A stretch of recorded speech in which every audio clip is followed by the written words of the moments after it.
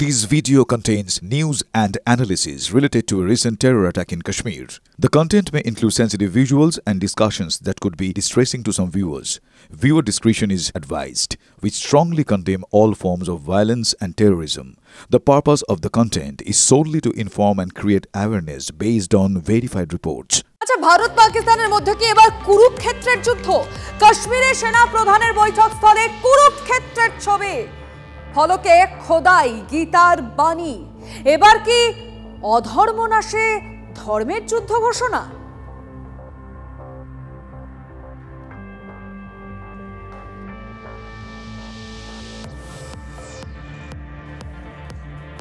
আর এই পেহেলগাঁওয়ের ঘটনার জের আপনারা জানেন, জগন্নাথ ধামের উদ্বোধন করতে চলেছেন মুখ্যমন্ত্রী মমতা বন্দ্যোপাধ্যায় এবং তার আগে সেই দীঘার নিরাপত্তা ব্যবস্থা আরও বেশি জোরদার করা হলো। রীতিমতো নিরাপত্তার ঘেরাটোপে দীঘার জগন্নাথ ধাম। 30শে এপ্রিল দীঘার জগন্নাথ মন্দির তার উদ্বোধন আপনারা জানেন এবং তার আগে সেখানে বাড়ল নিরাপত্তা। বাড়তি 800 পুলিশ মোতায়েন করা হয়েছে।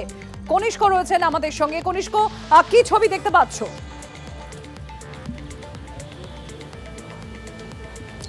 দেখো, এখনো পর্যন্ত জেলা পুলিশ সূত্রে বা প্রশাসন সূত্রে যেমনটা জানা যাচ্ছে যে পুরো দীঘা কার্যত বিভিন্ন পয়েন্টগুলোতে দীঘা ঢোকার থেকে শুরু করে অন্তত জেলার প্রবেশদ্বার কোলাঘাট থেকে বিভিন্ন জায়গায় নাকা চেকিং শুরু করা হয়েছে জেলা পুলিশের পক্ষ থেকে। তার পাশাপাশি কিন্তু দীঘার যে গেট, সেই গেট থেকে রীতিমতো ওয়াচ টাওয়ার, অর্থাৎ দীঘা গেটে প্রবেশ করলেই রীতিমতো ওয়াচ টাওয়ারের মধ্যে দিয়ে প্রবেশ করতে হবে এবং বিভিন্ন পয়েন্টগুলোতে তারা নাকা চেকিংয়ের পাশাপাশি অতিরিক্ত, যেমনটা জেলা পুলিশ সুপার সূত্রে জানা যাচ্ছে যে অতিরিক্ত প্রায় 800 নয়, ওটা প্রায় 2000-এর বেশি পুলিশ কর্মীকে দীঘার জগন্নাথ মন্দির উদ্বোধন সহ একাধিক কাজে বা নিরাপত্তার কাজে নিয়োগ করা হচ্ছে বলে এমনটাই জানা যাচ্ছে।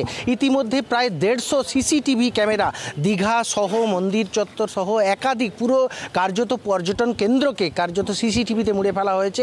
বিভিন্ন পয়েন্টগুলোতে যেমন সমুদ্রের ধারে স্নানের যে ঘাট, সেই ঘাটগুলোতে যেমন ওয়াচ টাওয়ার থেকে নজরদারি করা হচ্ছে, তার পাশাপাশি মন্দির চত্বরেও কিন্তু সশস্ত্র বাহিনী রাখা হয়েছে।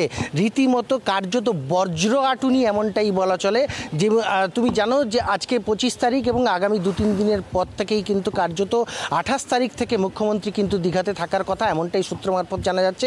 29 তারিখ হচ্ছে মঙ্গলযজ্ঞ, এই দীঘার যে মহাযজ্ঞ হবে সেই মহাযজ্ঞর কাজ হবে 29 তারিখ এবং 30 তারিখ হচ্ছে দ্বারোদ্ঘাটন। সমগ্র বিষয়টা যদিও প্রত্যেকটা পয়েন্টে হাজার হাজার লক্ষ লক্ষ মানুষজন আসবেন এমনটাই আশঙ্কা করছেন প্রশাসন। সেই বিষয়কে কথা মাথায় রেখে গুরুত্বপূর্ণ বা নিরাপত্তার কথা মাথায় রেখে কিন্তু বিভিন্ন পয়েন্টগুলোতে ঘেরাটোপে জগন্নাথ মন্দির, দীঘার জগন্নাথ মন্দির। আপাতত তোমাকে ধন্যবাদ কনিষ্ক। আর ইতিমধ্যেই আমাদের কাছে একটা খবর আসছে, জম্মু কাশ্মীর বিধানসভায় বিশেষ অধিবেশন ডাকলেন উপরাজ্যপাল মনোজ সিনহা।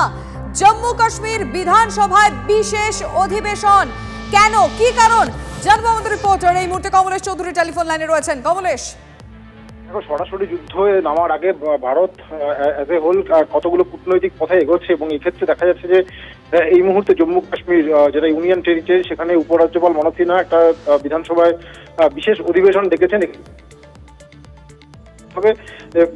পহলগামে যে টেরর অ্যাটাক হয়েছে তার একটা নিন্দা প্রস্তাব সেখানে পাশ করা হতে পারে। শুধু তাই কি, মানে সেই কারণেই বিশেষ অধিবেশন ডাকা হলো, নাকি পাক অধিকৃত কাশ্মীর নিয়ে কোন রকম কোনো প্রস্তাব পাশ হতে পারে বা সেটা পাক অধিকৃত কাশ্মীর আবার ফেরানোর জন্য কোন রকম কোনো স্টেপ নেওয়ার আগে সেটা বিধানসভায় ছুঁয়ে নেওয়ার যে ব্যাপার থাকে সেই কোনো রকম স্টেপ নেওয়া হবে কিনা, সেটার দিকে কিন্তু এই মুহূর্তে সব থেকে বেশি নজর রয়েছে। যেটা বললাম শুরুতেই যে অনেকগুলো কূটনৈতিক বিষয় সামনে রেখে তারপরে যেমন কি হয় আমাদের নজর থাকবে।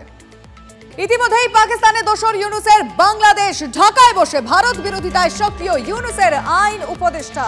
পেহেলগাঁওয়ের নৃশংস নাশকতা নিয়েও ভারত বিরোধী অবস্থান। পেহেলগাঁও হামলার পিছনে ভারতকেই দায়ী করলেন আসিফ নজরুল। সোশ্যাল মিডিয়ায় পোস্ট বাংলাদেশের আইন উপদেষ্টার। পাকিস্তানের হয়ে নির্লজ্জ চাটুকারিতা আসিফ নজরুলের। বিতর্ক হতেই তড়িঘড়ি পোস্ট সরিয়ে দেন আসিফ নজরুল। পাক সীমান্তে সেনা তৎপরতার আবহে চীন সীমান্তেও নজর। উত্তরবঙ্গের শুরু বায়ু সেনার টহল। আকাশে উঠছে মিগ রাফায়েল।